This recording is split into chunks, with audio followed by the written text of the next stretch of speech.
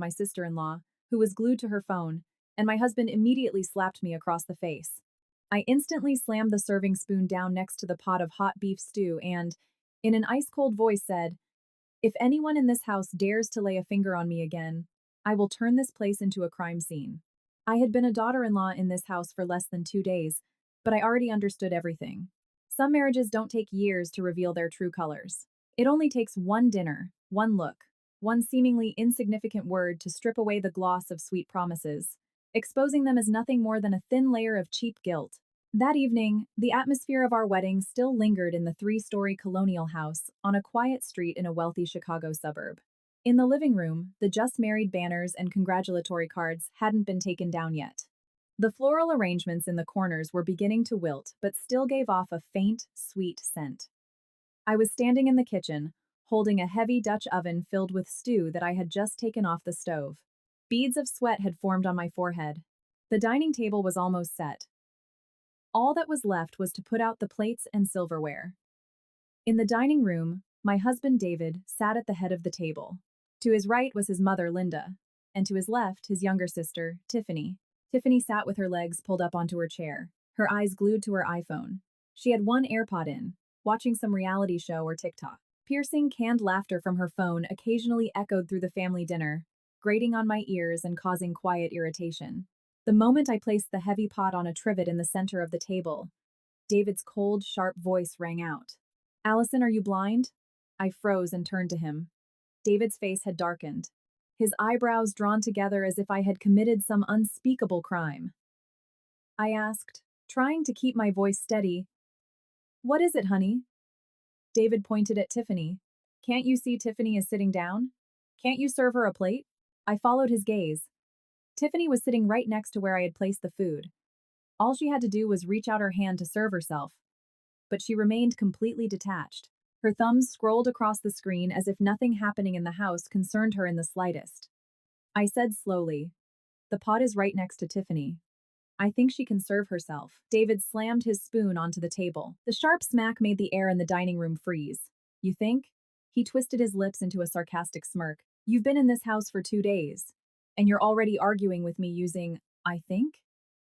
I looked at him, and something inside me began to slowly boil. Just yesterday, this exact same man had held my hand in front of all our guests, friends, and family, promising to respect me, love me, and build a beautiful life with me. And today, over a single plate of food, his tone had shifted as if we were absolute strangers. My mother-in-law intervened softly. Her voice, as always, was gentle. Now, you two just got married. The poor girl isn't used to how we do things here yet. Allison, sweetie, ladle your sister a bowl of stew. That's how we do it here. The wife takes care of the family. It's only right." She spoke softly, but her gaze was anything but. It was the look of someone accustomed to giving orders with such sweetness that refusing felt impossible. I bit my lip, picked up a bowl, and first served Linda. She took it, nodded, and gave a barely perceptible smile. "Yes, this is the domesticated daughter-in-law I need." Then I served David and placed the bowl in front of him. His expression softened slightly, as if he had just won a small but very satisfying game of chess. When I placed the bowl in front of Tiffany, she glanced at it and frowned. "That's it? I'm starving." I raised my eyes to look at her. She said it so naturally, as if I had been born to cater to her every whim. I took the bowl back and added another half ladle. Only then did Tiffany offer a condescending smile. "Thanks, sis," but her eyes never left her phone. I sat down at my place.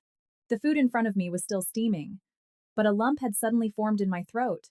Everyone started eating. David took a bite of the beef, chewed, and delivered his verdict. "Next time you cook, don't use so much salt. My family doesn't like salty food. My family doesn't like bland food," I replied quietly. "Well, you're not in your family anymore," he shot back. A moment later, Linda spoke up again. "Allison, how many days of PTO did you take for the wedding?" 10 days, plus 2 weekends, so 14 total," I answered. She nodded. "Well, that's not bad. Over these couple of weeks, you can settle into the house and learn how to manage the chores." David will be back to work soon. I'm not getting any younger, and Tiffany is still busy with her master's program. It seems all the household duties will fall on your shoulders. I looked up. Yes, but when my time off is over, I have to go back to work. My team is in the middle of a massive project launch. I can't be away for long. David's spoon stopped halfway to his mouth. He looked at me. Go back to work? I was taken aback. Yes. We talked about this before the wedding, David scoffed. Before the wedding was before the wedding. Now you're my wife. Things have to be different. I distinctly heard my heart skip a beat. What do you mean? He leaned back in his chair. His voice was chillingly indifferent. I mean, I want you to put in your 2 weeks' notice. Either transfer to a low-stress, part-time role, or quit entirely. Stay home and take care of the family. My mom is getting older. Tiffany has school. I have a high-stress corporate job. This house needs a woman who knows how to take care of things. I stared at him, stunned, thinking I had misheard. You're telling me to quit? David replied calmly. Yes. Your job is constant overtime. You come home late. That's not appropriate for a married woman. What kind of family life is that? I set down my silverware. My hands felt cold. I've dedicated 5 years to this career. I'm about to be promoted to team lead. Why are you suddenly forcing me to quit? Before David could answer, Tiffany chimed in, still holding her phone. I actually think David is right. A woman, once she gets married, should focus on her home, not disappear all day at some office. Who's going to cook? Who's going to take care of my brother? Who's going to have and raise the kids later? I turned to her. She looked so young, wearing trendy makeup and intricate nail art, yet the words coming out of her mouth were steeped in suffocating, outdated stereotypes. Linda slowly added, Don't think I'm old-fashioned, dear. But a woman's true happiness lies in a strong family and a cozy home. No matter how good your career is, if you can't create warmth at home, you won't be happy. I felt the corners of my lips tremble. I tried to speak calmly. I've never believed that having a career and a family are mutually exclusive. I can find a balance. David let out a cold laugh. How are you going to find it? Hugging your laptop all day, leaving early and coming back late? Allison, let me be blunt. This house does not need a wife who is constantly out socializing. I need a woman who knows how to take care of her husband, look after her mother-in-law, and knows her duties. Those 2 words, her duties, dropped onto the table like heavy stones. I looked up at the man across from me. It was the same face I had trusted, the man I considered my rock for the rest of my life. But just one day after our wedding, the mask of tenderness had cracked, revealing a stranger cold, domineering, and tyrannical. I took a deep breath and heard my own voice, quiet but crystal clear. And what if I refuse? Silence fell over the table. David glared at me. His eyes began to darken. In that moment, I knew this dinner was no longer just a dinner. The atmosphere grew thick. I looked at David, and he looked back at me, as if I had committed an unforgivable sin. A minute ago, I was still trying to convince myself this was just our first post-wedding fight, that if I explained things clearly, he would understand. But his eyes told me understanding was never on the table. He just wanted absolute submission. David planted his hands on the edge of the table. His voice was like ice. If you refuse, you'll just have to deal with it. I already said it. This house will not tolerate a wife who disappears from morning till night, neglecting her husband and family. I gripped my fork tighter. I haven't neglected anyone. I just want to keep working. Before the wedding, you said you respected that. David sneered. Did you really believe everything said before the wedding? That was then, this is now. Those words were like an invisible slap straight to my face. I could hear my heart pounding in my chest, a mix of pure agony and rage. It turned out all the flowers he had sent to my office, all the times he waited for me in the rain after late shifts, all the promises that I could pursue my passions after we got married, it was all just bait to trap me in this marriage. Linda set her plate down. Her voice was quiet, but every word was as sharp as a razor. Allison, don't be stubborn. Women don't compete over job titles. They compete over who has the better husband and the stronger family. You're still young. Quit for a few years, have some kids, get the house in order, and then you can figure out what to do next. It won't be too late. I turned to her. Linda, it's easy for you to say, but I'm the one losing my job, and I'm the one risking my future. Linda's face darkened. Is that how you speak to your mother-in-law? I took a deep breath. I didn't want to bicker with her, and I certainly didn't want to turn dinner into a battlefield. But every word they said was pushing me, step by step, toward the edge of a cliff. Tiffany, resting her chin on her hand, smirked. Why are you so uptight? Our family has plenty of money. You don't need to break your back working. If I were you, I'd be thrilled. I turned and looked her dead in the eye. That's you, not me. Tiffany's eyes flashed. David, did you hear how she just talked to me? David sprang up. His chair flew backward, crashing onto the hardwood floor. He marched around the table and stopped right in front of me.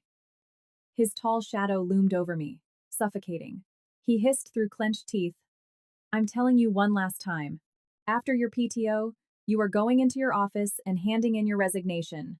I've got it all planned out. You stay home, you cook, you take care of my mom, and you look after Tiffany. Then we'll focus on having kids.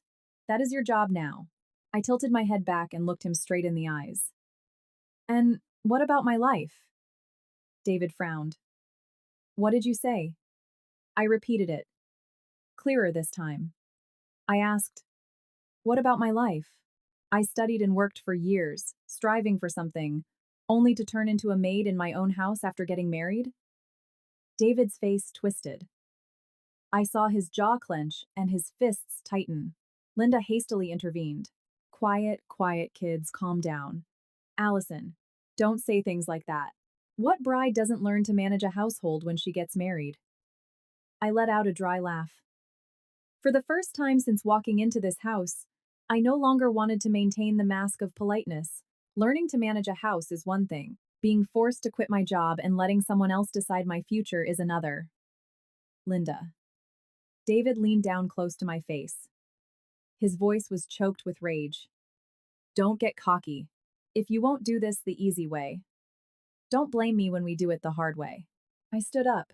The distance between us was mere inches. My heart was racing, but my mind was surprisingly clear. I don't need the easy way or the hard way.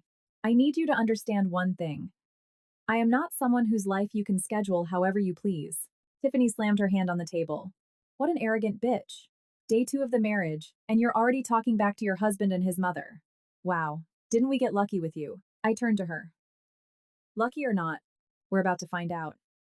The moment I said that, David violently pointed at the pot of stew. Fine. You think you're so smart? Then go right now. Ladle Tiffany another bowl of stew, and then serve everyone else. I want to see how long you're going to keep being stubborn. I followed his hand. The stew was still steaming, dinner largely untouched. But in my eyes, everything had changed. This was no longer a dining table. It was an arena where they were trying to break my will through petty demands, through verbal abuse, through so-called family values. I spoke slowly, emphasizing every word. Tiffany has hands. Your mother has hands. You have hands. Nobody here is disabled. The entire room froze. David's face flushed purple. I knew I had struck his ego, an ego constantly fed by the unwavering support of his mother and sister. Linda opened her mouth to say something, but Tiffany jumped up and pointed a finger at me. Watch your mouth. I didn't look at her. I only looked at David, and in that moment, I clearly saw in his eyes not just annoyance, but the pure rage of a man used to controlling everything, facing resistance for the first time. I realized this wasn't going to end with just words. I knew right then that as of this dinner, my marriage had officially plunged off a cliff from which there was no return. David stared at me point blank. His gaze seemed to try and burn a hole right through me. I had never seen him so openly aggressive. The tenderness, the care, the ability to say the right things that I had once believed in it, had all vanished without a trace, leaving a man who wanted to win at any cost. He hissed through his teeth, Allison, say that again. I stood perfectly still, acutely aware of my own heartbeat. But my voice was surprisingly steady. I said, no one in this house has broken arms. Whoever wants to eat can serve themselves. I am your wife, not a servant for your family. Linda pounded the table. Her voice spiked in pitch. How dare you? You just stepped into this family, and you're acting this entitled? Tiffany was practically vibrating, her face flushed red. David, she's disrespecting our whole family, and you're just gonna stand there and take it? I turned to Tiffany. Since the beginning of dinner, she hadn't touched the serving spoon once, hadn't even poured herself a glass of water, but spoke as if she had been deeply wronged. I scoffed. I just told the truth. This whole family decided to turn the simple act of pouring a bowl of soup into a loyalty test to force me to bend the knee. That's right! David took another step forward. He was so close I could see the veins bulging in his neck. He spat out every word. You think you run things around here? 2 days in, and you're trying to walk all over your husband. I kept my head held high.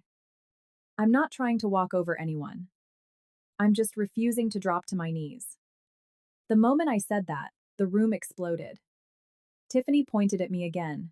Mom, did you see that? She's just an uneducated piece of trash. Linda paled and turned to David. Son, look at her. I told you this girl was too stubborn. If you don't put her in her place from the start, she'll never respect anyone. I looked at her, and a chill ran down my spine. I had thought my mother-in-law was a calm, tactful woman. Now I understood that her softness wasn't a manifestation of love, but a disguise for a more sophisticated form of manipulation. David turned back to the pot of stew and barked, Great, you don't want to serve the food? Pour the stew. I didn't move an inch. He jabbed a finger at me. I said, Serve Tiffany the stew. I replied, If she wants to eat, she can serve herself. Tiffany's shrill laugh cut through the air. Do you think you're still a little princess in your mommy's house? I turned to her. No, but I know for a fact I am not a maid in my husband's house. In that instant, David suddenly swung his arm. It all happened too fast. I only caught a glimpse of his hand flashing before my eyes, followed by a sharp, cracking sound that shattered the room's tension. My left cheek exploded in fire. The force of the slap sent me stumbling, my ears ringing, my vision going dark for a few seconds. I stood rooted to the spot, one hand gripping the edge of the table for support. It felt as if a bucket of ice water had been dumped over my head.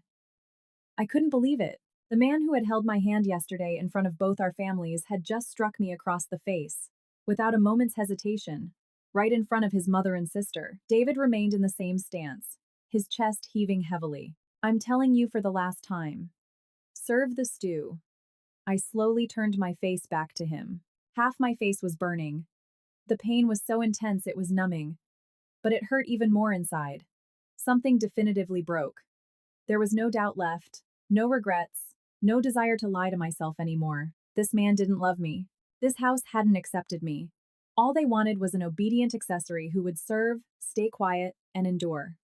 Linda feigned horror. Oh my God, David, why would you hit your wife in the house? But she only said it, making no move to come check on me. Tiffany, however, reacted differently. Her eyes went wide. She looked at me, then at her brother, and then her lips curled into a satisfied smirk. She whispered, but I heard it clearly. She deserved it. I took my hand off the table and slowly stood up straight. I wasn't crying. It was strange. In that moment, I couldn't cry. Perhaps when someone cuts you that deeply and openly, tears become useless. I touched my cheek. 5 hot finger marks were branded into my skin. I asked very quietly, Did you really just hit me? David looked at me, showing zero remorse. I hit you to wake you up. In this house, you need to know whose word is law. I nodded. Yeah, I'm awake. I turned around and walked toward the kitchen. Behind my back, Tiffany's mocking voice rang out. If you had just listened in the first place, it wouldn't have hurt so much. I didn't answer. I walked straight into the kitchen and stopped in front of the stove. The hot steam from the lingering food stung my eyes. I looked at my reflection in the dark glass of the microwave door. My left cheek was already turning a violent shade of crimson. In that moment, I ceased to be a newlywed bride. I was just a woman who had been violently ripped from a delusion. I stood in the kitchen, both hands leaning heavily on the cold granite countertop. Sounds from the dining room drifted in. The light clinking of silverware, the scraping of a chair being pushed back, Tiffany's snicker. They all pierced my brain like tiny needles. My cheek was on fire. It hurt so much that even blinking sent spikes of pain through my face. But what chilled me wasn't the physical pain. It was the realization that I had just seen the true face of an entire family. Hurry up and serve it! What are you standing there for? David's voice called out. I didn't turn around. I just listened to his voice. Listened to that familiar, commanding tone, as if the fact that he had just struck me was completely normal. I asked very quietly, Don't you think you crossed a line? David laughed coldly. If you had acted appropriately, nothing would have happened. I gripped the edge of the counter. I suddenly understood. For people like him, right and wrong meant nothing. All he cared about was submission. Linda walked up to the kitchen entrance. Her voice was loud enough to show she was trying to play the peacemaker. Enough, kids. We need to take things step by step. Allison, you're too stubborn. Your husband has a temper. If you had just compromised with him, it wouldn't have come to this. I turned my head and looked at her. Linda, you're telling me to compromise? Today, I compromise my words. Tomorrow, I compromise a slap. And the day after that, I compromise my entire life. Linda froze. She probably didn't expect me to be so blunt. From the dining room, Tiffany sneered. You're acting like you're the victim here. No one hits you for no reason. You acted like a brat and got taught a lesson. Simple as that. I let out a laugh quiet, but so sharp that all three of them froze. So, in this house, hitting your wife is called teaching a lesson? David's face darkened. Watch your mouth. I walked slowly back into the dining room. All three pairs of eyes tracked my movements. Every step I took was deliberate, confident. I stopped at the table. David slammed his hand on the table again. Allison, I didn't flinch. Strangely, after that slap, the fear inside me had burned to ash. All that was left was cold. Crystal clear lucidity. I looked him dead in the eye. Listen to me carefully. Just because I back down doesn't mean I'm wrong. Just because I'm quiet doesn't mean I'm afraid. That slap was the first and the last time you will ever touch me. Tiffany jumped up. You still dare to raise your voice? I snapped my gaze to her. And from this moment on, you will stop talking to me like you're giving orders. I am not obligated to serve you. Seeing the situation spiraling out of her control, Linda switched back to her softer tone. Allison, sweetie, don't lose your temper. I know it hurts, but you just joined our family. If there's something you aren't used to, you'll adapt over time. Every couple has their clashes. I looked at her, and my insides turned to ice. If I hadn't seen it all with my own eyes, I might have been fooled by her gentle facade for a little while longer. I replied, A clash is when both sides are at fault. This is just you trying to break me. David took a step forward, clearly intending to physically stop me. But this time, I stepped back, maintaining distance, my eyes locked onto his. I enunciated clearly, Do not come near me. Perhaps it was my tone that made him freeze. Not because he realized he was wrong, but because he saw that I was no longer the girl who had walked into his house yesterday. I pulled my phone out of my pocket. The screen lit up in my palm. David frowned. What are you doing? I opened the camera app, switched to the front-facing lens, and clearly saw the 5-finger marks on my cheek. The skin was red and beginning to swell. I took a photo. Then another. A.com. Tiffany's eyes bugged out. What are you taking pictures for? Without looking up, I replied, Evidence. Dead silence filled the room. I raised my head and looked at David. Take a good look at my face right now. Because from this moment on, whatever you say to me, whatever you do to me, I will not let it disappear without a trace. David's expression shifted. Linda too lost her composed demeanor. I knew that in this moment they were finally realizing I couldn't be bullied into silence. And I realized just as clearly, this war has just begun. Having taken the photos, I locked my phone and held it in my hand. The room was deathly quiet. David stood across from me, his expression constantly shifting from rage to bewilderment, then back to a dark scowl, as if he had been doused with cold water. He clearly hadn't expected me to go this far. He was used to giving orders and watching people fall in line. He was used to his family rushing to placate him after his explosive outbursts. So, seeing me calmly documenting his abuse threw him entirely off balance. Linda spoke first. Her voice still tried to sound soothing, but the underlying tension was palpable. Allison, what is the meaning of this? You don't air dirty laundry. Who takes pictures of something like this? I looked at her. Because it is dirty laundry, Linda. That's exactly why I have to document it. So that later, no one can say I made it all up, or that I just fell. Tiffany twisted her lips. You're just being dramatic. All this noise over one little slap, acting like you got beaten half to death. I turned to her. One slap is enough to show me exactly where I ended up. David took a deep breath and let out a scoff. Fine. You want to blow this out of proportion? No, I replied immediately. I didn't blow anything out of proportion. You threw the first punch. He narrowed his eyes. So what do you want? I stood up straight and looked at him without blinking. I want you to apologize. Tiffany burst out laughing, as if she had just heard the funniest joke on earth. Dream on, sweetheart. Linda frowned deeply. Allison, don't push it. David flared up. You were acting like a stubborn brat. I lost my temper. We just got married. Why are you making a mountain out of a molehill? I answered, clipping every word. I'm not making a mountain out of anything. You're the ones trying to minimize something that isn't a minor detail. David pulled out a chair and sat down. Not because he had calmed down, but to reclaim his dominant physical position. He crossed his arms over his chest. His voice dropped even colder.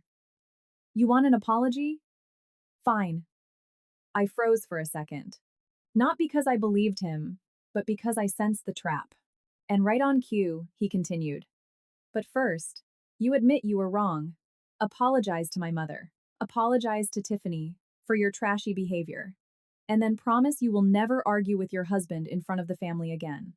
I stared at him, suddenly feeling how incredibly bitter and laughable this whole situation was. I asked. So, you hit me. And I still have to be the first one to apologize? David replied without missing a beat. If you hadn't pushed my buttons, nothing would have happened. Now I completely understood. It wasn't that he didn't know he was wrong. He knew, but he still wanted to twist reality so that I became the guilty party. I unlocked my phone. I didn't even remember at what exact moment I had hit record on the voice memos app. Probably the second my cheek caught fire, pure self-preservation instinct taking over. I hit save and renamed the file Day 2 Dinner. While my thumbs swiped across the screen, I said, Keep going. I'm listening very carefully. Linda's face changed instantly. Were you recording? I looked up. Yes. Tiffany went pale. Are you insane? I didn't look at her. No. I'm just learning how to protect myself. David lunged out of his chair.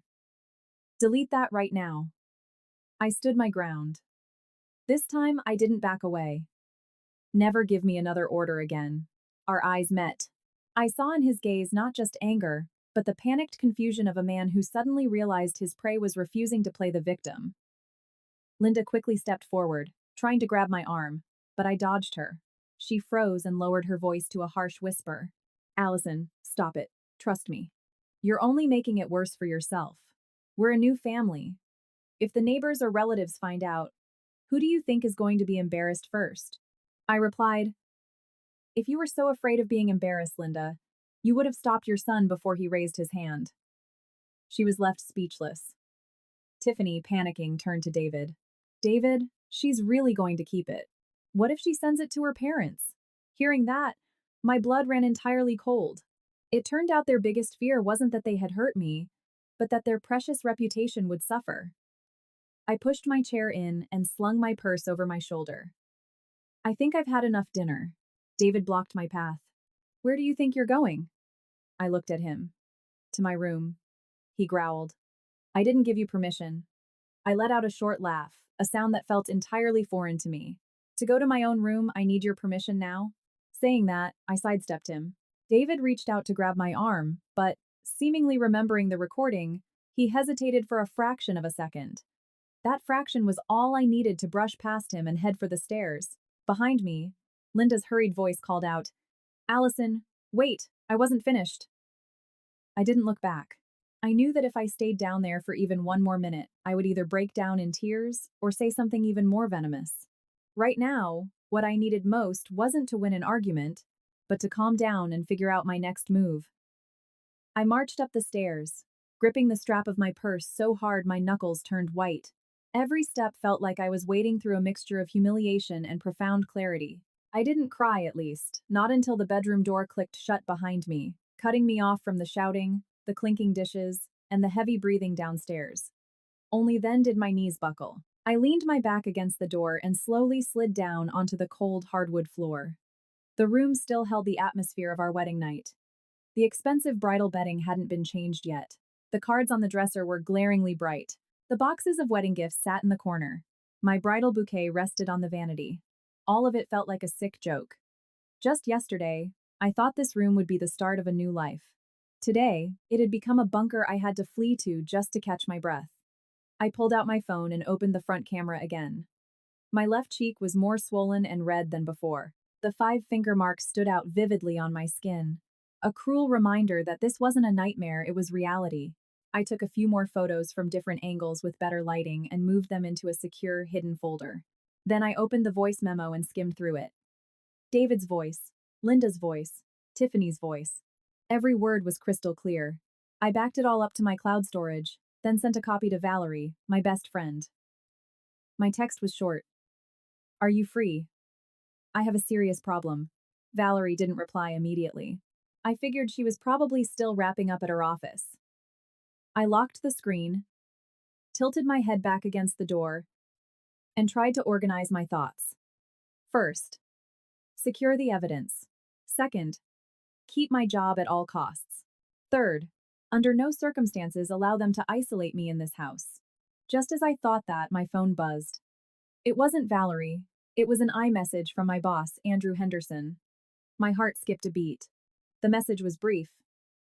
Allison, your husband called me yesterday, said you were planning to put in your notice after your honeymoon. Just wanting to confirm with you directly. I stared at the screen, a fresh wave of ice running down my spine. So David hadn't just been talking at dinner. He had started making his moves before I even crossed the threshold of this house. He wanted to cut off my escape routes, to make my resignation a done deal. I immediately hit call. As soon as he answered, I blurted out, Mr. Henderson, I'm so sorry to bother you on your evening off. I am absolutely not resigning, and I did not authorize anyone to discuss my employment on my behalf. My boss's tone shifted to serious. I had a feeling something wasn't right, which is why I reached out. Is everything okay, Allison? I hesitated for 2 seconds. I didn't want to dump my personal trauma on him over the phone, but I couldn't hide it entirely either. I'm okay. Just dealing with some unexpected personal matters. I just wanted to explicitly confirm that I will be back in the office right after my approved PTO. Andrew immediately replied, Understood. Don't worry about it on this end. At this company, the only resignation we accept is one that comes directly from you. I let out a slow exhale. Yes. Thank you so much. I hung up, but my hands were still freezing. If Andrew hadn't asked me directly today, I might never have realized how deeply David had plotted this. The more I thought about it, the tighter my throat got. This man didn't just want to control my life. He wanted to systematically strip away everything that allowed me to stand on my own 2 feet. Suddenly, someone pounded on the bedroom door. Allison, open up! It was David's voice.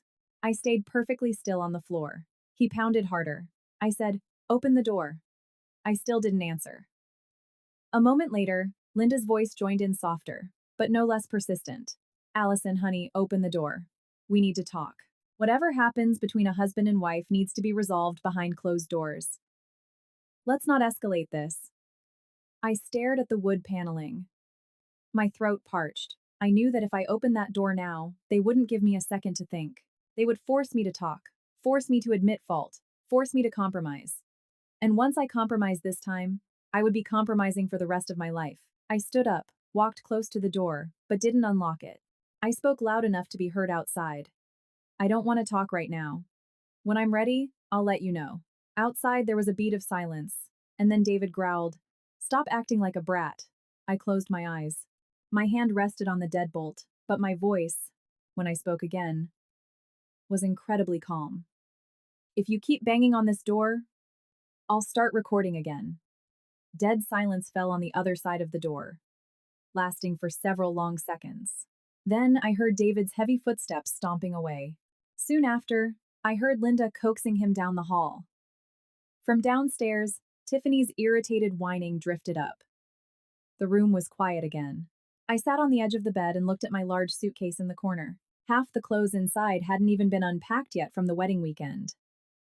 For the first time, I thought that maybe it was best to leave them exactly as they were. I sat there for a long time, staring at the half-unpacked suitcase. I had brought it here with all the naive faith of a girl who had just gotten married. I thought I'd be hanging every dress in the walk-in closet, arranging every item on the shelves, step by step turning this house into our home. Now, looking at it, I saw only my silent escape route, waiting in the corner for my command. My phone buzzed again. This time, it was Valerie. The moment I answered, she peppered me with questions. Where are you? What happened? I just saw the photos. Who did that to your face? Hearing my best friend's voice, my throat seized up. I fought to keep my voice steady. I'm at the house. With my husband, Valerie cursed loudly, then dropped her voice. Did David do that to you? Yes, I replied. Just one word, but it dragged the whole ugly truth into the light. Saying it out loud made my chest feel impossibly heavy, because up until that moment, I hadn't fully dared to admit to myself that my marriage had just careened down a very dark, very terrifying road. Valerie went quiet for a few seconds, then asked, What are you going to do? I glanced at the bedroom door. I don't know the exact steps yet, but I am absolutely not sitting around letting them do whatever they want with me. Valerie immediately said, If you need to, come to my place. Do not stay there alone for long. I closed my eyes. I'm already thinking about it. But how do I leave? When? I need to plan this carefully. Valerie knew how my mind worked, so she didn't rush me. She just said, Remember one thing. Do not delete anything. The photos, the recordings, the texts, save it all. And if you feel unsafe for even a second, call me. I will, I replied quietly. After hanging up, I remained seated.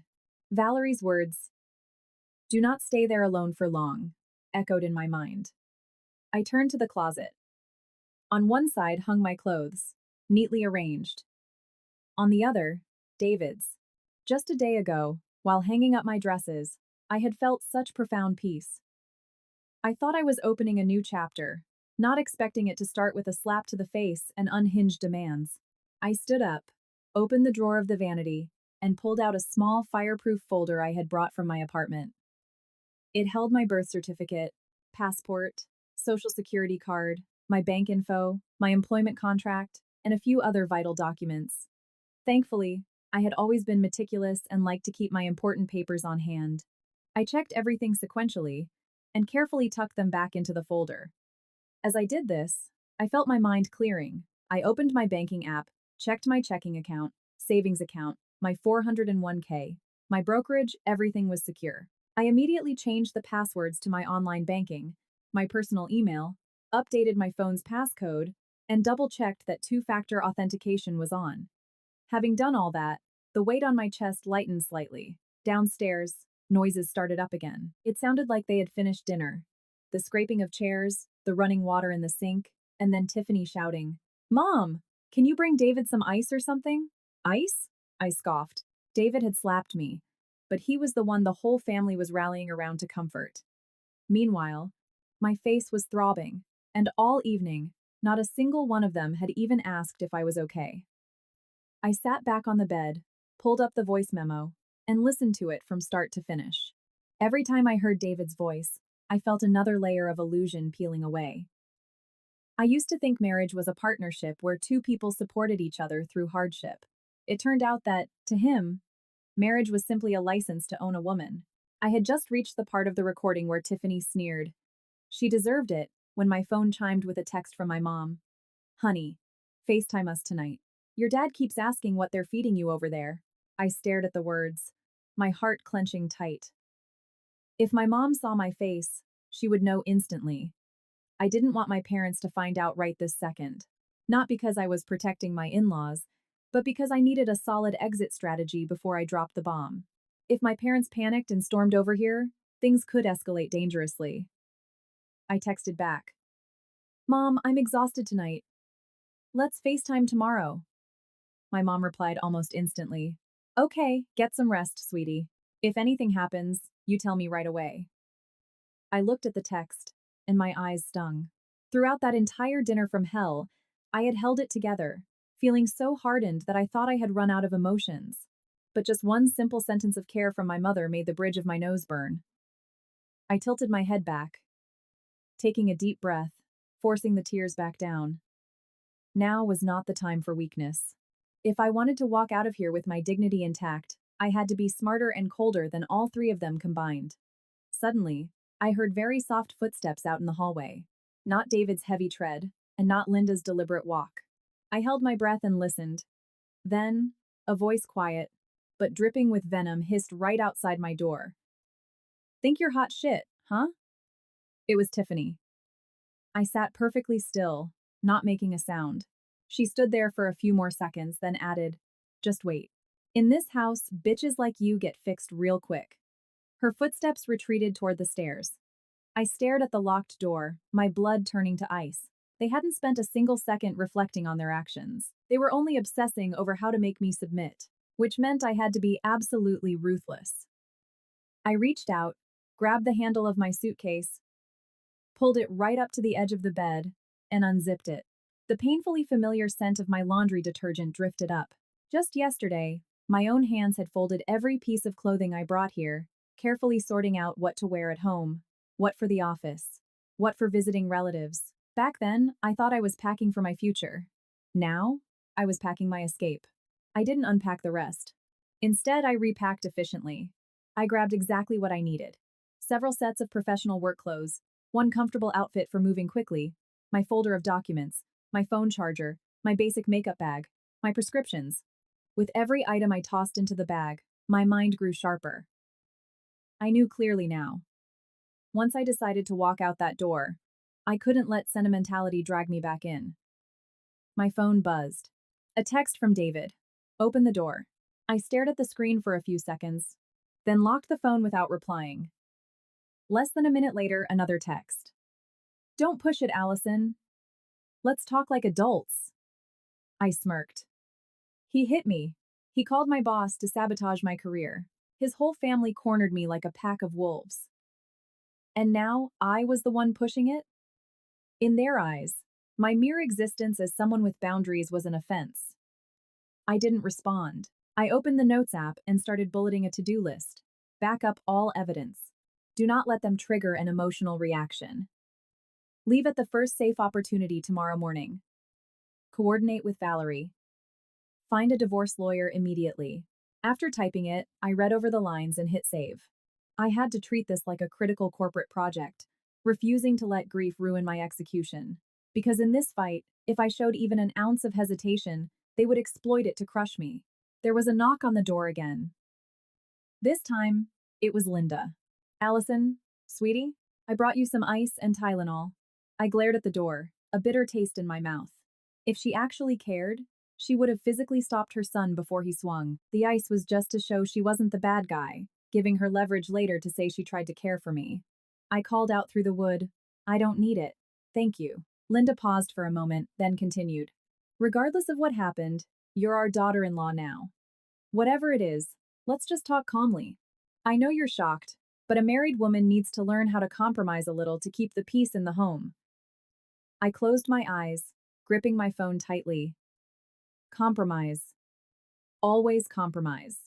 Compromise my words, my actions, a physical assault. I said, not yelling, but loud enough to be crystal clear. If you really want peace in this home, Linda, you should teach your son to keep his hands to himself. Silence fell in the hallway. After a while, I heard Linda's footsteps slowly walking away. I sat there for a bit, then got up and went into the master bathroom. In the mirror, my left cheek had bloomed into a dark, angry red. A small welt had formed over my cheekbone. I pressed a cold, wet washcloth against it. Every touch sent a shock of pain through my face, but the pain kept me sharp. It was a physical reminder that today couldn't be erased by half-assed apologies. I went back to the bedroom. As soon as I sat down, Valerie tried to FaceTime me. I declined it and texted, "My face is super swollen, let's just text." She replied instantly, "Can you get out of there?" "Yes," I typed. "But not right this second. When you're ready, say the word. I'll drive over or order you an Uber." I looked at the message, and my chest felt a little warmer. Amidst all this chaos, at least I had someone unconditionally in my corner. I replied with a simple, "Okay." Then I opened my contacts and scrolled until I found Nick. He was my cousin's husband, and he used to work in corporate law. I didn't call him. I just stared at his name for a few seconds, filing it away for tomorrow. When things inevitably went nuclear, I was going to need someone who understood the legal system. Downstairs, David suddenly yelled something. He was probably furious at his mother and sister for failing to make me submit. I heard a heavy thud, like something being slammed onto a counter, followed by Tiffany making excuses, and Linda's hushed, placating murmurs. It all blended into a toxic, oppressive hum. I sat in the room, listening, my soul feeling as cold as a morgue. Less than 48 hours ago, I thought this house was where my real life would begin. Now, just hearing their voices made me so claustrophobic I wanted to crawl out the window. I double-checked the deadbolt on the door and shoved my suitcase under the edge of the bed. I grabbed a large tote bag and stuffed the rest of my essential documents and a few valuables into it. I put my phone on silent, allowing only calls from Valerie, my parents, and my boss to break through the do not disturb setting. Outside, it was completely dark. The yellow glow from the streetlights spilled through the balcony doors, casting a dim shape on the carpet. I sat on the bed, looking at my two packed bags, and suddenly felt a bizarre wave of peace. The panic from the afternoon was gone. The shock that had made my hands shake was gone. What replaced it was a cold, sterile resolve. I knew I had already started walking out of this marriage the moment I zipped that suitcase. And I knew tomorrow morning was going to be a war. That night, I barely slept. I lay on my side on the very edge of the mattress, eyes wide open, staring at the ceiling, analyzing every creak of the house I had called home for exactly one day. A door shutting downstairs. David's heavy footsteps pacing. Linda's intermittent, hushed whispering. I couldn't make out the words, but I knew they were plotting. I no longer cared what they were saying. I just knew that after that slap, we were on opposite sides of a battlefield. Around 11:00 p.m., my phone screen lit up. Another text from David. "Come downstairs tomorrow morning and talk to my mom properly." I stared at it for a long time, then locked the screen. Properly. The man who had assaulted his wife and tried to nuke her career was using the word properly as if he were the voice of reason. I didn't reply. Engaging in a late-night text war would only drag me back into their emotionally abusive orbit. I rolled over, grabbed a small notepad from my purse, and quickly jotted down a timeline. The exact time of dinner, the argument, the quotes I remembered leading up to the slap, and what everyone said immediately after. I didn't want to lose a single detail. Maybe I'd need it, maybe I wouldn't, but I had to document it. I closed the notebook. Outside, the suburban street was dead quiet. I stared at the faint yellow light on the wall, feeling hollow. Yesterday, I was dreaming of quiet evenings, coming home from work to someone who loved me, building a life built on mutual respect. Now, all I had was hypervigilance. I finally dozed off in the early hours of the morning. A little after 6:00 a.m., a knock on the door jolted me awake. "Allison, wake up, dear. Come down for breakfast, let's talk." It was Linda. I sat up, checked the time, and looked at the bags by the bed. The hesitation I had felt last night was entirely gone. I knew I wasn't going downstairs to make peace. I was going down to hear their final demands, and then I was going to execute my exit. I changed into a simple pair of slacks and a blouse, pulled my hair into a tight ponytail, and looked at my left cheek in the mirror. The bruise was transitioning to a mottled purple, highly visible. I applied a thin layer of concealer, but it did nothing to hide the swelling or the shape of the handprint. Ultimately, I wiped the makeup off and just put on a blue surgical mask. Not out of shame, but because I refused to let them see how much it hurt. Just as I pulled my suitcase out to the center of the room, my phone buzzed. "Valerie? You okay?" I texted back. "Going downstairs now. I'll text you when to move." Valerie replied instantly. Don't forget to record. I looked at her text and nodded to myself. Yes. Not because I was paranoid, but because I now understood that abusers will always try to rewrite history to make themselves the victim. I opened the voice memos app, hit record, and slipped the phone deep into my cardigan pocket.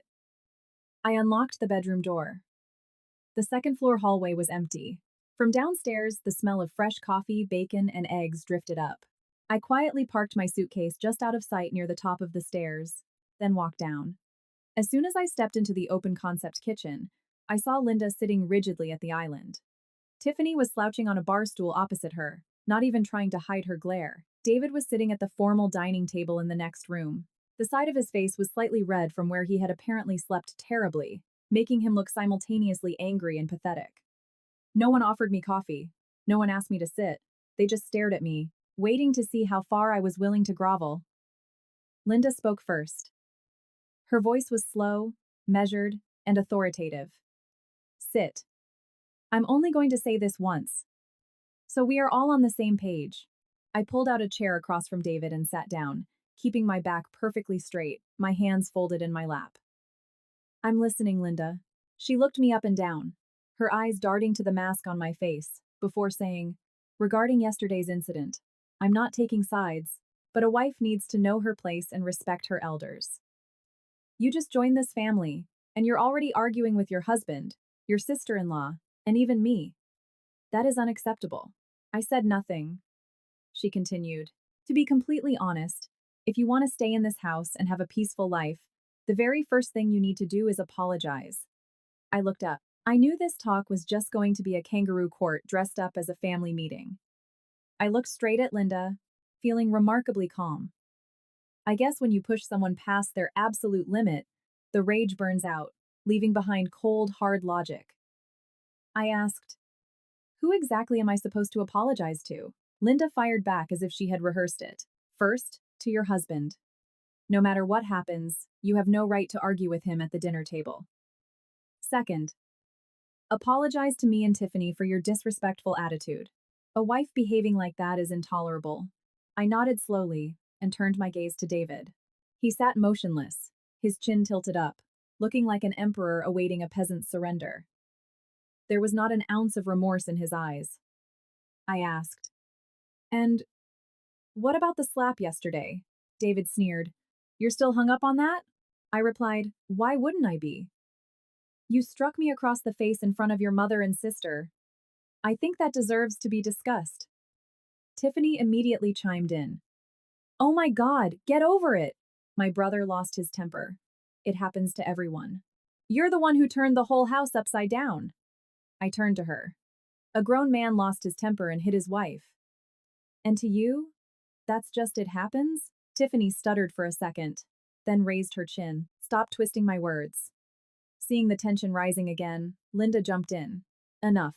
Rehashing yesterday won't solve anything. I called you down here to find a solution. If you truly want to save this marriage, you need to learn to swallow your pride. I sat in silence for a moment, then asked, what exactly does your solution entail? Linda, enunciating every single word, laid it out. 1. You apologize to David and the rest of us. 2. No more arguments like last night. 3. When your PTO is over, you go into your office and either step down to a part-time role or quit entirely for now. We will not have chaos in this house. I listened to her terms, and I genuinely wanted to laugh. So this was their idea of talking like adults. No accountability, no attempt to mend the relationship. Just forcing me to accept total subjugation under the guise of saving the marriage. I reached up and pulled off my blue mask. The dark, swollen handprint on my cheek was fully visible in the bright morning light. I said, take a good look. This is the price of me not swallowing my pride. Linda blinked, but immediately looked away. Don't be dramatic. I stared at her. Am I being dramatic? Or are you completely out of your minds? David finally spoke. His voice was low, threatening. Are you done? I turned to him. No. I have one more question for you. Who gave you the right to call my boss and discuss my resignation behind my back? David froze for a split second. A very brief flash, but I caught it. He recovered quickly. I am your husband. I see what's best for our family, and I handled it. Best for our family? I repeated. Or best for controlling me? The room went dead silent. Linda quickly interjected. How can you say that? Your husband is trying to provide for you. And you're accusing him of terrible things. I looked right through her. If he actually cared, he wouldn't have gone behind my back to sabotage my career before we even walked down the aisle. Tiffany's jaw dropped. She looked at David, clearly unaware he had done that. David's face darkened even further. He slammed his fist on the table. What do you actually want, Allison? I answered immediately, without missing a beat. I want respect. David let out a mocking laugh. Respect? After the stunt you pulled last night, you're demanding respect? I replied slowly. Respect isn't a reward you only give to people who bow down to you. That silenced all of them. I pushed my chair back and stood up. Linda asked, suddenly anxious, Where are you going? I looked down at them. I think this conversation is over. David jumped out of his chair. Sit your ass back down. I didn't say you could leave. I met his eyes, my voice steady and completely void of emotion. You're confused, David. The second you put your hands on me, you lost the right to tell me to sit down, stand up, stay, or leave. With that, I turned on my heel and walked toward the stairs. Behind me, I heard Linda shouting, Tiffany groaning, and the loud crash of a chair as David violently shoved it aside. I didn't look back. If I hesitated for even a second, they would swarm me again, and my mind was made up. I wasn't sticking around for slap number 2. I walked upstairs, went straight into the bedroom, and closed the door. I didn't lock it immediately. My hands were steady, but my heart was hammering against my ribs. Downstairs, David was screaming. Full-blown, unhinged rage. I understood the psychology perfectly. A man used to absolute dominance simply cannot process the reality of someone looking him in the eye and walking away. I turned and grabbed the handle of my suitcase. I had packed everything vital last night. Clothes, documents, cash, chargers, laptop. All that was left was timing my exit. My phone started vibrating endlessly in my pocket. I pulled it out. 5 missed calls from David. 2 texts. Get down here right now. Don't make me come up there. I read them, locked the screen, and sent Valerie a text. I'm leaving right now. Valerie called me immediately. I answered, keeping my voice low. I'm heading out the door in a minute. Valerie asked rapidly. Are you alone? Do I need to send the Uber? I grabbed the zipper of my tote bag and replied, Order it. Tell them to wait at the end of the block, like 4 houses down. I don't want the car sitting in the driveway. Done, Valerie said. Driver is named Carlos, black Honda. Sending you the plates now. Got it, I whispered, and hung up. At that exact moment, heavy, sprinting footsteps echoed in the hallway. David violently pounded on the bedroom door. Allison, open the damn door. I took a deep breath, slipped the strap of my tote over my shoulder, and calmly turned the deadbolt from the inside. David's voice escalated to a roar. I am telling you for the last time.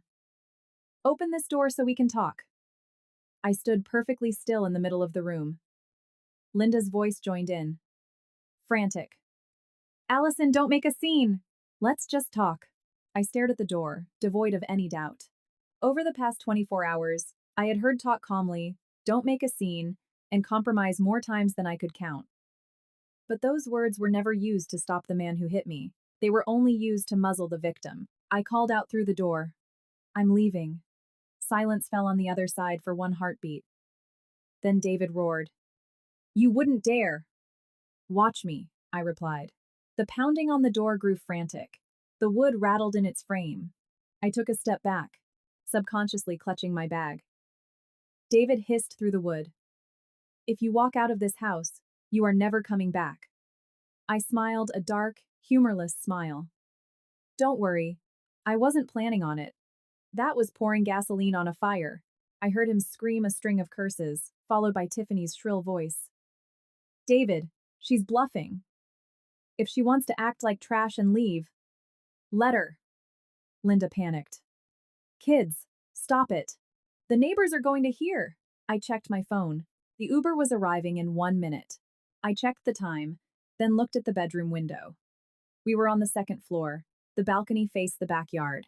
I didn't need to jump. I just needed a distraction. I pulled my suitcase over to the door and waited. The screaming match out in the hallway started migrating toward the stairs. It sounded like Linda was physically dragging David away to stop him from breaking the door down and causing a suburban scandal. As soon as the voices moved down the staircase, I quietly unlocked the deadbolt and cracked the door. The hallway was empty. I didn't hesitate. Suitcase in one hand, tote bag over my shoulder, I slipped out of the room, closed the door softly, and bolted for the back staircase at the end of the hall. It led straight down to the mudroom and the backyard patio. They rarely used it, preferring the grand foyer stairs. My steps were light, fast, and driven by adrenaline. I hit the first floor, bypassed the mudroom, and slipped out the back door. I froze on the patio for a second, listening. The shouting was still confined to the front living room. They hadn't realized I was gone. I unlatched the side gate and dragged my suitcase out onto the sidewalk. The crisp morning air hit my face, cool and incredibly light. I had been outside that house for less than 30 seconds, and already the suffocating weight on my chest was lifting. I practically jogged to the end of the block. The black Honda was idling right where Valerie said it would be. The driver rolled down the window. "Allison?" I nodded. "Yes. Can you pop the trunk, please?" Just as I hoisted the suitcase into the trunk, my phone started ringing. It was David. I stared at the screen, hit decline, and immediately blocked his number. Then another call came through from an unknown number. Blocked that one too. I climbed into the back seat, pulled the door shut, and looked back at the street leading to the house where my marriage had lasted less than 48 hours. The manicured lawns and grand brick facades looked perfectly serene. No one driving by would ever guess what had just happened inside. I adjusted my mask, leaned my head back against the headrest, and let out a long, shaky exhale.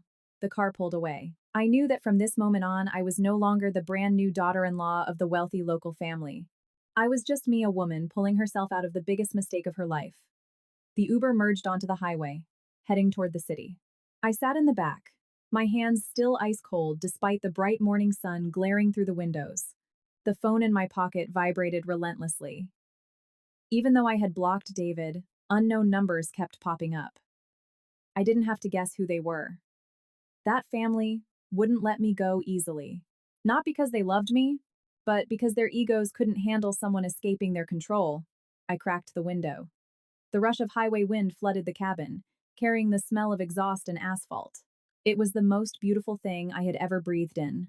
Just over a day ago, I was standing in a white gown, smiling for the cameras, believing I was stepping into a loving partnership. Now, I was in the back of an Uber, with my life packed into a suitcase, a bruised face, a broken heart, but a mind clearer than it had ever been. Valerie texted, "Let me know when you're close." I replied, "I'm in the car." Then, after a pause, I added, "Thank you." She replied instantly, "Shut up. Just get here. We'll handle the rest." I stared at the screen, and tears pricked my eyes. Sometimes, one blunt sentence from a friend is all it takes to remind you that you aren't fighting a war alone. 20 minutes later, the car pulled up to Valerie's apartment complex in the city. I grabbed my suitcase and looked up. Valerie was already waiting by the glass lobby doors. The second she saw me, she ran out and threw her arms around me. She didn't ask a single question. I stiffened for a second, then slowly hugged her back. Since the slap last night, I hadn't shed a single tear. Not because I was unnaturally strong, but because I knew if I started crying in that house, they would use it against me. But now, burying my face in my best friend's shoulder, a massive lump formed in my throat. Valerie pulled back slightly, looked at my face, and hissed through her teeth.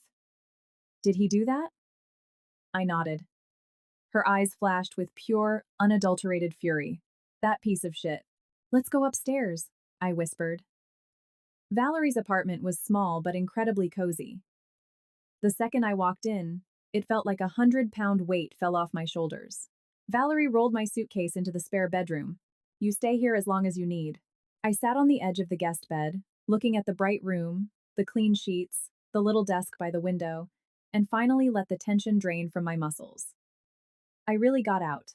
Valerie brought me a mug of hot tea and sat across from me. Okay. Tell me everything.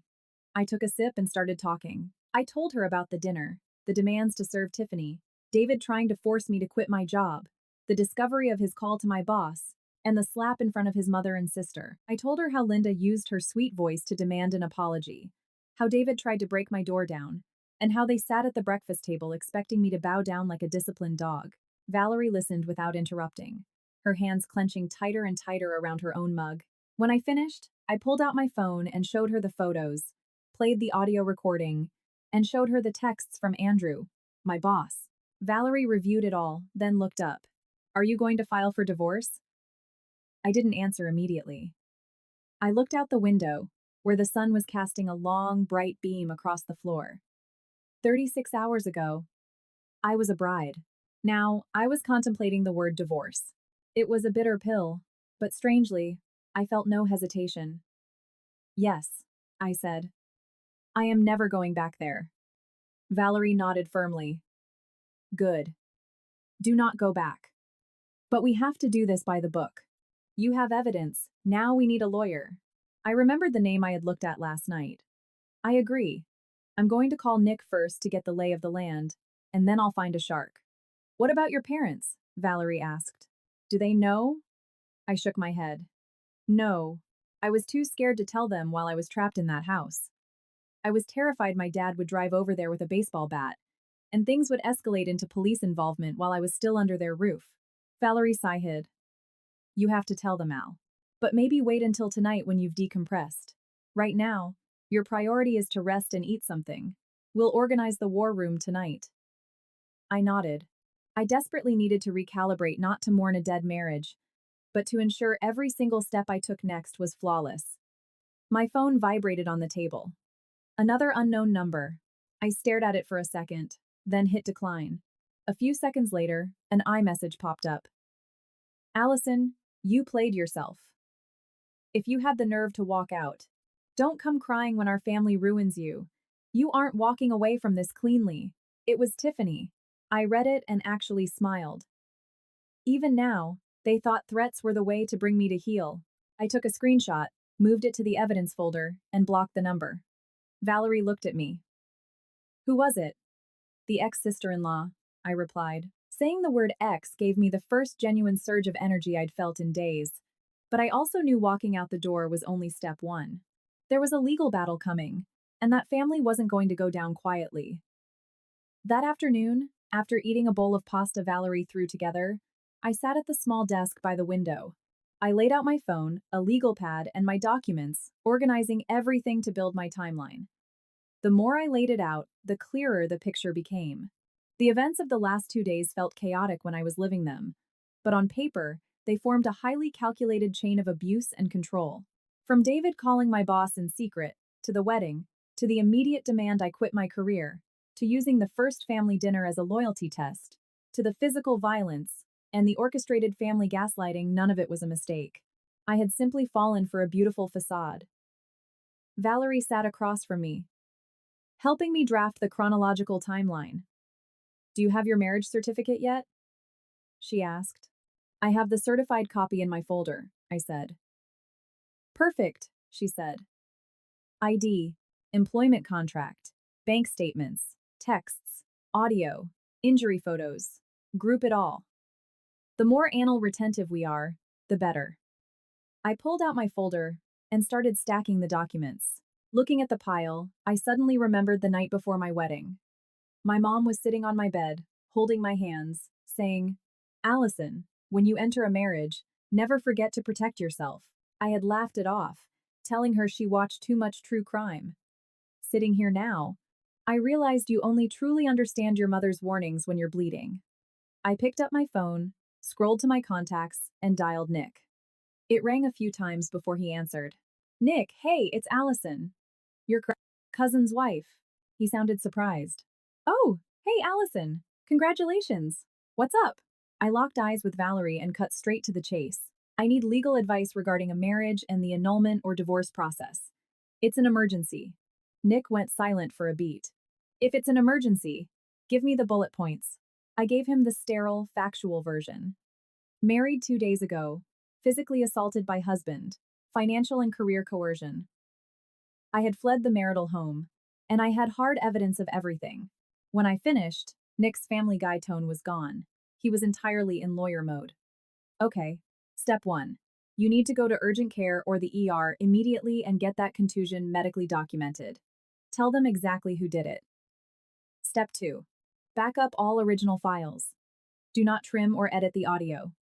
Step 3. If you are 100% done, you need a ruthless family law attorney. I know someone in the city who is a killer in court. Her name is Sarah. I'll text you her info. I felt the tight knot in my chest loosen a fraction.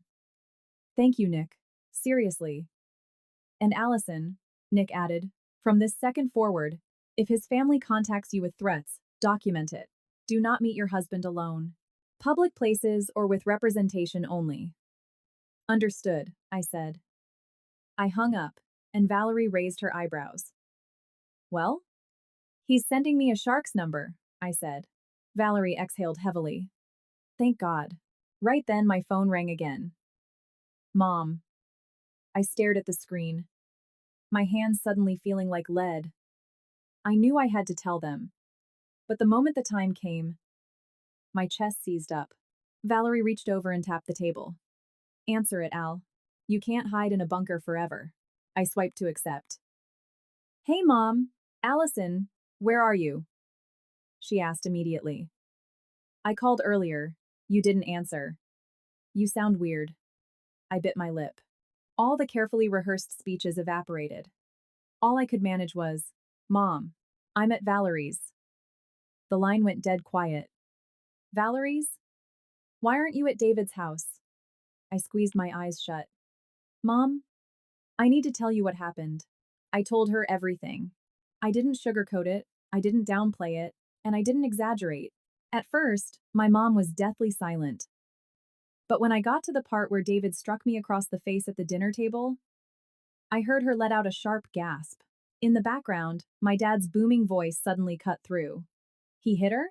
My throat tightened, but I forced the word out. Yes. There was a horrible silence on the line, and then my mom started to sob. Hearing her cry broke the dam I had been holding up all day. I turned my head toward the window, my own eyes burning with tears. Then my dad took the phone. His voice was shaking with rage, but he spoke with absolute, terrifying clarity.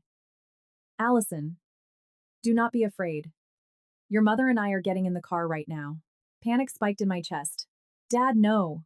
Do not go to their house. I'm already out. I'm safe at Valerie's. I'm handling this legally. With a lawyer. With evidence. Do not go over there and give them ammunition to call the cops on you. It will only make it worse. My dad was silent for a long time. Finally, he said slowly. Okay. I hear you. But remember this. Our family isn't afraid of anybody. You will never, ever have to tolerate being treated like that. The tears finally spilled over my cheeks. After that call, I sat in silence for a long time. Valerie didn't say a word. She just slid a fresh mug of tea across the table. I knew then that there was absolutely no going back, and honestly, I didn't want to. The next morning, I woke up early. Despite the mental exhaustion of the last few days, I couldn't sleep deeply. The morning sun sliced through Valerie's blinds, laying a bright strip across the floor. I sat on the edge of the bed and gently touched my left cheek. The swelling had gone down slightly, but the dull ache was still there. It wasn't shocking anymore. It was a cold reminder. If I showed weakness, I would be subjected to that pain again. Valerie was already in the kitchen. Hearing me move, she turned around. I made oatmeal. Eat, and then we're going to urgent care. I nodded. We sat across from each other, eating in near silence. Sometimes friendship doesn't need a monologue. A hot bowl of oatmeal on the worst morning of your life is enough to feel anchored. After breakfast, I put on a pair of jeans and a sweater, pulled my hair back, and packed my evidence folder into my bag. Before leaving, I checked my phone. Several more missed calls from unknown numbers. And an iMessage from David, sent from an iCloud email. If you have a shred of sanity left, come home and let's talk like adults. Don't take this past the point of no return. I stared at the screen, screenshotted it, and dropped it into the evidence folder. The words sounded reasonable to an outsider, but I knew the translation. It was the tone of a man who still fully believed he owned the borders of my reality. The urgent care clinic was busy. The drone of a TV in the corner, the clicking of keyboards, the shuffling of feet, it all felt bizarrely normal. I sat in the plastic chair, clutching my folder, feeling incredibly drained. A few days ago, I was debating which photos to post for my honeymoon. Now, I was waiting for a doctor to document domestic battery. When the physician assistant asked how I got the injury, I paused for 1 second before saying clearly, "My husband hit me." Saying it to a stranger in a clinical setting was brutal, but the moment the words left my mouth, a massive weight lifted. Admitting the truth out loud is the first step in killing the denial. The PA documented the soft tissue contusion on my left cheekbone, noted the swelling, took medical photographs, and handed me the discharge paperwork. Walking out of the clinic with that medical record in hand, my blood ran cold, but my spine was steel. It was official. It was on paper. No one could ever gaslight me into thinking it wasn't that bad. That afternoon, Valerie and I walked into the downtown office of Sarah, the family law attorney Nick had recommended. It was a sleek, quiet office with floor-to-ceiling windows. I sat across the heavy mahogany desk, pulling items out of my folder one by one. The photos of my face, the medical report, the audio file on a flash drive, the threatening texts from Tiffany, the manipulative texts from David, and the emails from my boss confirming David's interference. Sarah reviewed everything with the clinical detachment of a surgeon. She asked a few clarifying questions regarding the timeline, then pushed her glasses up and looked me dead in the eye. "You did the exact right thing getting out of there immediately," Sarah said. "When a marriage begins with acute physical violence and financial coercion within 48 hours, any attempt at reconciliation is just submitting to a hostage situation." I sat quietly, absorbing her words. She continued, "Because the marriage is so short, we will file for an annulment based on fraud specifically, that he misrepresented his intentions regarding your career and physical safety to induce you into marriage. If the judge doesn't grant the annulment, we pivot immediately to a fault-based divorce, citing extreme and repeated physical and mental cruelty. The audio recording is going to bury him. The golden rule right now, absolutely zero contact. If they show up at your job or your parents' house, we file for a restraining order." "I understand," I said. Leaving the law firm, the city was transitioning into evening. The wind off Lake Michigan was warm and carried the smell of the city. For the first time since the slap, I didn't feel like a piece of debris caught in a hurricane. I had a strategy. I had legal representation. I had evidence. I had my friends and my parents forming an impenetrable wall behind me. If David's family thought I was going to crawl back and beg to be a trad wife, they had grossly miscalculated. 3 weeks later, the paperwork was officially served. I was sitting in Sarah's office, looking at a thick legal binder with my name on it. It felt like looking at the wreckage of a tornado that had ripped through my life. The photos, the medical records, the audio transcript, the texts. Grouped together, it wasn't a series of unfortunate arguments. It was a crystal clear portrait of a trap I had narrowly escaped. David's family went into overdrive. First, David blew up my phone via third-party apps. When I didn't respond, his tone shifted from, "I lost my temper. Let's fix this," to vicious threats. "You think a couple of recordings make you untouchable? You're going to regret trying to humiliate my family." I screenshotted every single one and forwarded them to Sarah. Linda even found my mother's cell phone number and called her. She played the crying, victimized mother, whining that I was disrespectful, that I ran away, that I had broken her son's heart, and was now trying to drag their good family name through the mud in court. My mom listened, let her finish, and then delivered a single sentence. "Your son put his hands on my daughter. She has every right to leave." And she hung up. I had never understood the true value of a strong support system until that exact moment. A mandatory mediation session was scheduled shortly after the filings. I walked into the conference room with Sarah. David walked in with his lawyer, looking completely unraveled. Tiffany wasn't there, but the toxic energy of his family radiated off him. David glared at me the entire time. His eyes were a mix of fury and genuine bewilderment. He couldn't comprehend how the woman who had smiled at him at the altar was now sitting across from him, flanked by a shark attorney, looking at him with absolute indifference. The mediator asked if there was any room for reconciliation. I answered firmly, no. When asked to elaborate, I said, I refuse to remain legally bound to a man who uses physical violence and a family that views psychological and financial control as traditional values. David instantly exploded. I lost my temper one time, and she planned this whole thing. She baited me, recorded it, and ran away. She's trying to extort me.